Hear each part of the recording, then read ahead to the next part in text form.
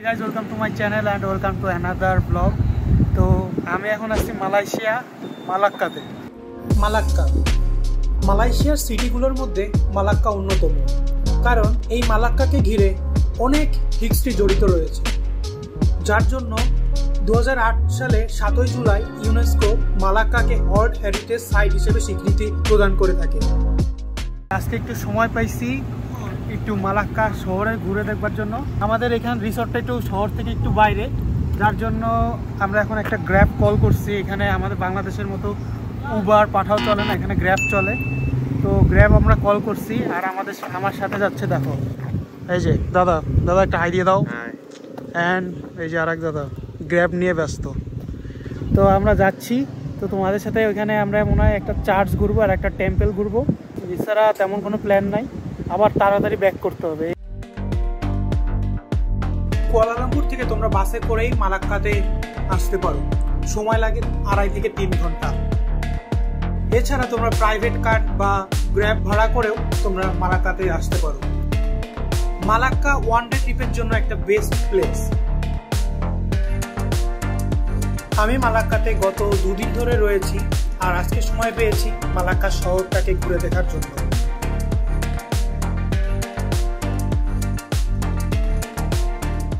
আমার চারিদিকে শুধু লাল আর লাল। ওয়াও, জাস্ট দেখো, এখানে আছে মালাক্কা চকলেট হাউস। এখানে অনেকগুলো শপ আছে।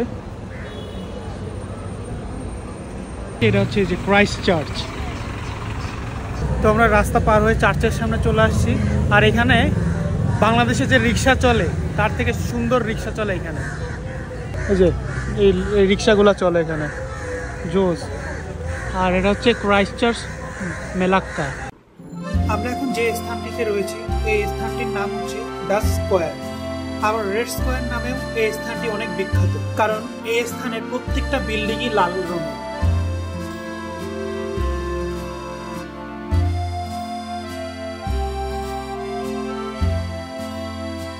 আর এই স্থানকে আরো বিখ্যাত করেছে এখানকার ক্রাইস্ট চার্চ।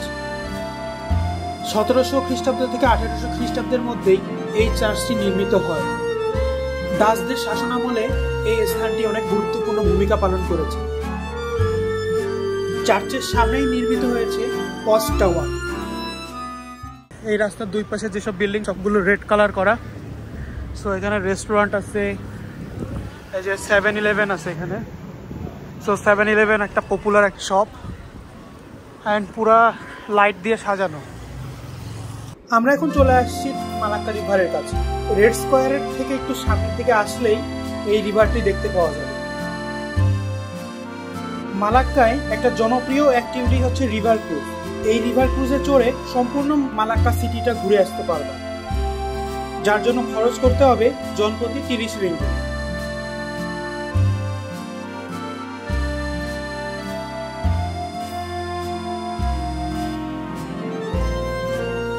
এই রিভারের পাশ দিয়ে যে সকল কালারফুল বিল্ডিং গুলো দেখতে পাচ্ছ, এগুলো সব এক একটি রেস্টুরেন্ট।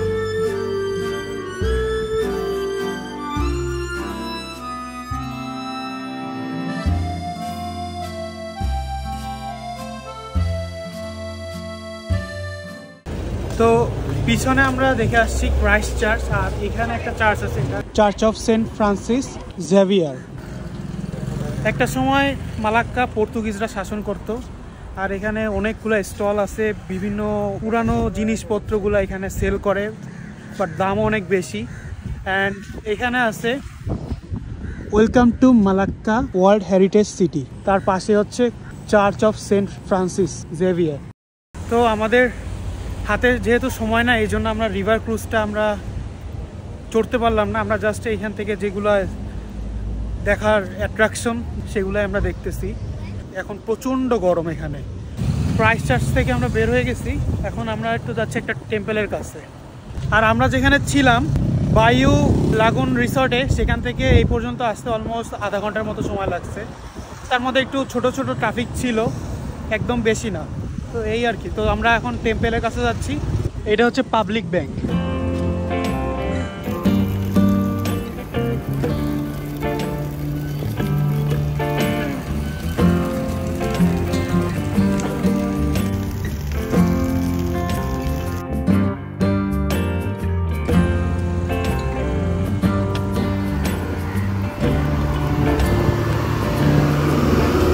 তো আমরা জংকে রকের দিকে যাচ্ছি আর দেখো এখানকার বিল্ডিং এর স্ট্রাকচার ওয়াও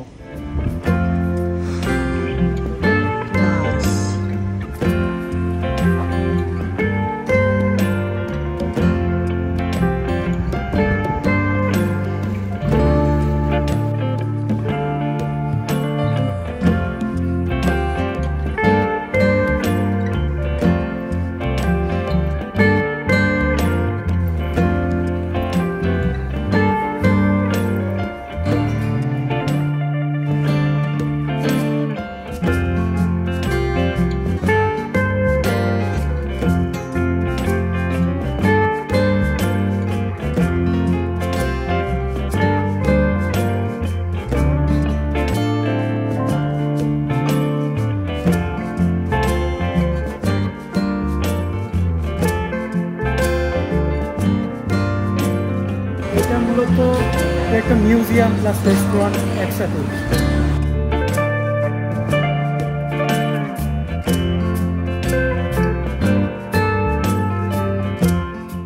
তো আমরা এখন টেম্পলের দিকে যাচ্ছি। টেম্পলটা একটু ভালোই দূরে, হাঁটা পথ, প্রায় 10 মিনিটের মতো লাগে যাইতে। এই এরিয়া জুড়ে প্রচুর চাইনিজরা থাকে। Oh my god, what is this? Oh, this is another temple. This is also a restaurant and এটা হচ্ছে একটা মসজিদ। তো আমরা টেম্পলে চলে আসছি। চলছি চল টেম্পল আমরা চলে আসছি চেং হুন টেং টেম্পলে। এটা মূলত একটা চাইনিজ টেম্পল আর টেম্পলটা অনেক সুন্দর। এখানে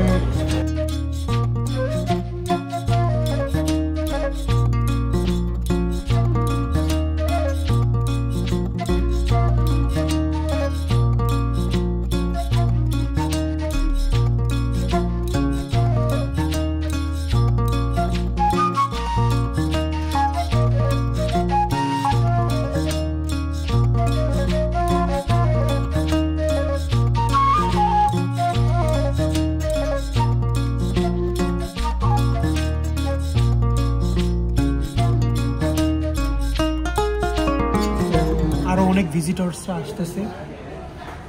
তো খুবই ভালো লাগতেছে এরকম, মানে মালয়েশিয়াতে এসে এরকম একটা চাইনিজ টেম্পল দেখবো। আমরা টেম্পল থেকে বের হয়ে গেছি আর সামনেই হচ্ছে তোমাদের ছোট শপ আছে, বিভিন্ন চাইনিজ জিনিসপত্র এখানে বিক্রি করতেছে। আর এখন আমাদের গ্র্যাবের জন্য ওয়েট করতেছি। গ্র্যাব আসলে আমরা চলে যাব। আমরা যে রাস্তা দিয়ে হেঁটে যাচ্ছি এই রাস্তা কিন্তু মানে ওয়ান ওয়ে রাস্তা। যদি দেখাই, দেখো সব কিন্তু এদিক দিয়ে আসছে। এই যে একটা মার্সিডিজ আসতেছে, এইটাও পুরো ওয়ান ওয়েতে।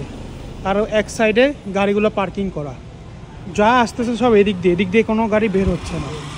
আমরা এখন গ্র্যাবের জন্য ওয়েট করতেছি আর গ্র্যাব আসলে আমরা আর কি রিসোর্টের দিকে চলে যাব। যতটুকু ঘুরছি তোমাদের সাথে শেয়ার করছি, এরপরে দেখা হবে অন্য কোথাও।